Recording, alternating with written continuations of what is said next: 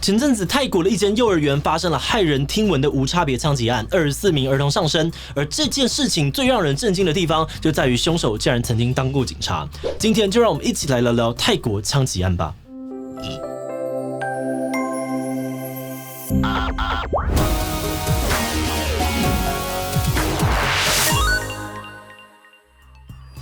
Hello， 大家好，我是志奇。这起案件的凶手是34岁的潘雅。他虽然曾经当过警察，但去年因为涉入毒品相关的案件，所以被开除了。而10月6日早上，潘雅出庭毒品案之后，去托儿所接小孩，但找不到儿子之后，情绪失控，就用刀枪无差别的攻击老师以及正在睡午觉的儿童，连路边的行人都受到波及。更让人震惊的是，他犯案之后开车回家，又接连杀害了自己的妻儿，然后自杀身亡。整体事件一共造成了至少38人死亡，其中有24名是儿童。一开始，不少媒体都引述警方的说法，认为凶手是因为吸毒、神志不清才会犯案。但随着更多的调查跟讨论过去，发现事情恐怕没有这么单纯。泰国民众也因此群情激愤，要求政府必须要痛定思痛，大力的改革。所以这起枪击案背后到底发生了什么事情呢？在正式开始之前，按照惯例，让我们先进一段工商服务时间。你知道吗？台湾有高达70%以上的家长都曾经遇过家中孩童走失的状况。为了让孩子知道跟爸妈走散该怎么办，芒狗狗推出了适合3到6岁小朋友的教育绘本《你走丢了吗》，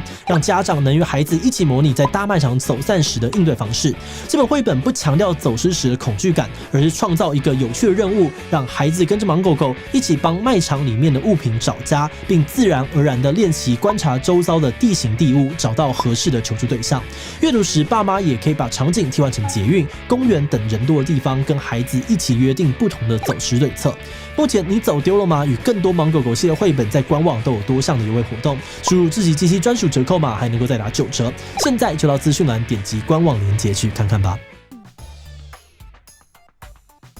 根据泰国媒体报道，潘雅常年就有吸毒问题，过去就是因为携带大量的毒品而被惩处甚至开除。所以案件刚发生的时候，泰国官员认为潘雅可能因为有吸毒，再加上找不到孩子，情绪崩溃，才会犯下这么惨绝人寰的案件。不过法医解剖后发现，凶手体内并没有发现毒品的反应，表示至少在犯案前的72小时之内，他没有吸食毒品。所以原本潘雅是吸毒吸到神志不清的推论就变得比较没有说服力。于是泰国警方又改口说，凶手作案的动机主要是因为压力太大，包含了失业的经济压力、毒品官司压力以及家庭的问题，才会让他整个人失控。但很多民众对于警察的说法还是非常的不满。有学者就认为警方一开始的做法会让舆论的炮火都集中在潘雅身上，好像他是一个吸毒的疯子。但这个事件背后其实正好凸显出整个泰国社会有一些非常严重的系统性问题。所以他所说的这个系统性问题到底是什么呢？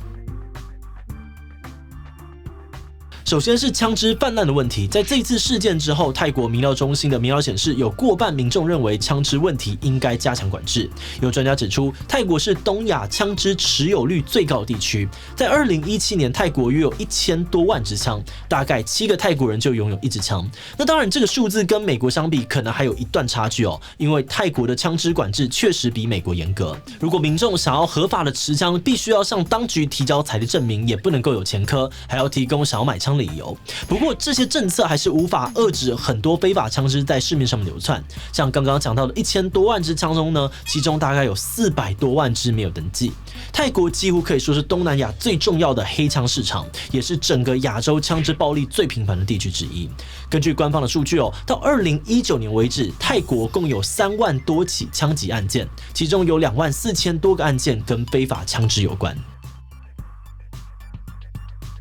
如果大家还有印象，可能会记得，这并不是泰国第一次发生大规模无差别的枪击案。2020年，一名泰国陆军士官长在军事基地杀人，带走大批军火之后，到邻近市区的购物中心对无辜的民众还有路人开枪。当时正好是泰国的连假，人潮非常的多，所以这起事件最后也造成了30多人死亡。当年的事件发生之后，泰国的民众就很希望政府可以调整枪支相关的规定，但2年过去了，又发生了类似的事情，而且凶手竟然也是原本应该要保护家园、守护人民的军警，让民众非常气愤。很多人质疑潘雅一直以来都有吸毒问题，还有很多的暴力行为的记录，但依然可以当警察，这代表整个国家选任警察的标准充满着问题。这些有问题的警察不只能够合法的持有武器，还代表王室或是国家对民众行使公权力。有些不孝的警察甚至还会对百姓敲诈勒索，完全像是合法的黑帮，并不会受到任何的处罚。有人批评原本泰国的枪支问题就已经很严重了，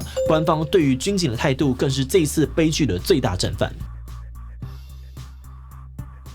一般泰国人如果想要持枪，除了要经过繁复的流程之外，他们能够持有的枪支数量有额度的限制，也要缴很多税给政府。但相对来说，因为军警有福利政策，所以军警的购枪规范呢就宽松很多。首先，如果军警人员想要买枪，政府就会帮忙下订单，帮忙进口枪械，不会进行严格的背景审查，也可以省下40% 的税金。有不少警察在公务中使用的手枪，都是通过这种补贴制度购入的，并不是原本政府发放给他的配枪。那这个制度原本算是为了方便军警人员而设的福利，但有些不孝军警却利用这项政策，把价格低廉的枪支转卖给犯罪集团来赚钱，而这些黑枪后来又流入市面，形成了治安的破口。在这一次事件发生之后呢，泰国甚至有新闻报道，现在还是有警察会从枪械室偷走警方的公用手枪，拿去转卖，再把钱拿来买毒品。所以很多民众认为军警素质的问题才是这一次悲剧要改革的关键。如果这些执法者本身就充满疑虑，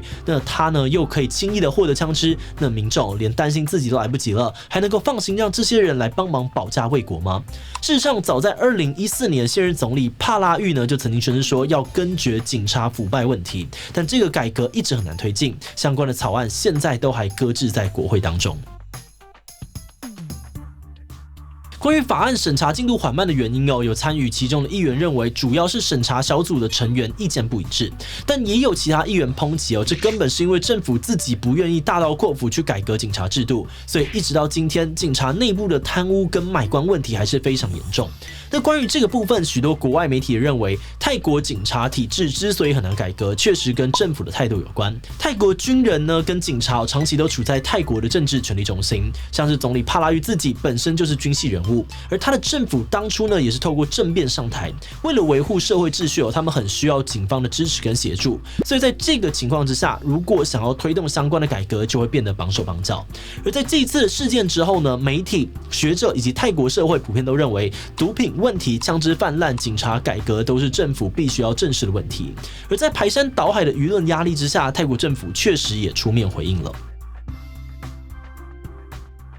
首先，泰国总理帕拉育宣布他们将成立中央层级的委员会，邀集相关部会探讨如何解决毒品问题。可能做法包含了加强查缉毒品交易，和邻国合作查缉毒品制造基地，以及协助治疗毒瘾患者等等。同时，对于毒品犯罪者的逮捕起诉跟惩罚程序等等也会加快。而关于枪支管制呢，帕拉育也已经下令要求泰国皇家警察加强查缉枪支使用，严格的查缉合法拥枪的人是否有不当的行为。如果情节严重，将取消他们的拥枪执照，在非法枪支的部分包含制造跟交易走私的行为，而警方也会加强追查。另外，目前政府高层也已经在研议更严格的枪支管制以及拥枪规定，希望从罚则还有枪支教育的角度去避免更多的悲剧出现。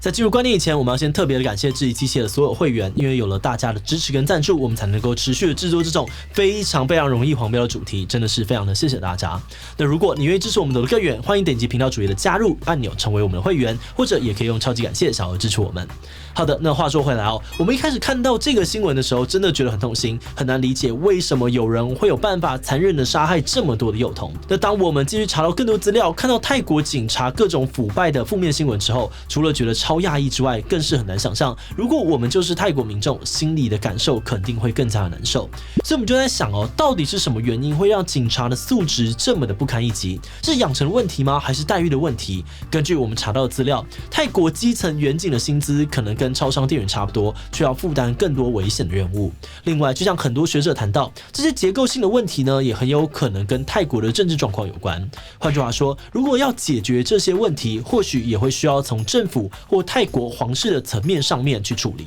但是我们从政府后续的声明来看，他们预计要改革的重点似乎只放在毒品跟枪械的部分，而至于像是警察体制相关的讨论，好像就没有提出任何方针。那我们自己是觉得还蛮遗憾的。好的，那最后呢，想来问大家，如果你是泰国民众，你可以接受泰国政府目前推出的改革方案吗？可以哦。在泰国复杂的政治环境当中呢，政府已经做出了最大的努力。不行哦，我觉得他们完全没有打算要解决最核心的问题。自己无感哦，反正呢，就算说得到，也不一定做到。其他留言告诉我们吧。最后，如果你喜欢今天的影片，欢迎分享出去，让更多人知道泰国幼儿园枪击案。此外呢，也可以点击这个地方，看看泰国学运抗争为何不断升级，泰国军方又为何常常在干政，以及泰国开放大麻合法化。那么今天的这一期就到这边告一段落，我们就明晚再见喽。